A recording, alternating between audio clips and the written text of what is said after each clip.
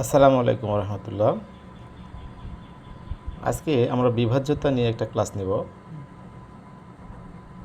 আমরা ভাগ করেছি 2 দিয়ে 7কে। এখানে 2 হচ্ছে ভাজক, 7কে বলা হয় ভাজ্য। যেটা পেয়েছি সেটাকে বলা হয় ভাগফল, আর যেটা অবশিষ্ট রয়েছে সেটা হচ্ছে ভাগশেষ। অর্থাৎ 2 হচ্ছে ভাজক, 7 হচ্ছে ভাজ্য, 3 হচ্ছে ভাগফল, 1 হচ্ছে ভাগশেষ। তো এগুলো একটা সূত্র আছে, সূত্রগুলো নিয়ে আজকে কথা বলবো। ভাজক সমান, অর্থাৎ এই ভাজক থেকে শুরু করি আমরা। ভাজক সমান ভাজ্য বিয়োগ ভাগশেষ ভাগ ভাগফল।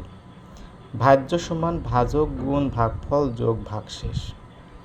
ভাগফল সমান ভাজ্য বিয়োগ ভাগশেষ ভাগ ভাজক। আর ভাগশেষ সমান ভাজ্য বিয়োগ ভাজক গুণ ভাগফল। এখানে দুটো প্রশ্ন দিয়ে দিলাম আমি, আপনারা ক্লাস করে অঙ্কটার উত্তরটা মিলাবেন কোনটা কি। 1 নম্বর প্রশ্ন, ভাজ্য 7 ভাগফল 3 ভাগশেষ 1 হলে ভাজক কত? প্রশ্ন নম্বর 2, ভাজ্য 37 ভাগশেষ 1 ভাজক 6 হলে ভাগফল কত? প্রশ্নের উত্তরটা কি হবে এটা জানিয়ে একটা মেসেজ দিন। ধন্যবাদ।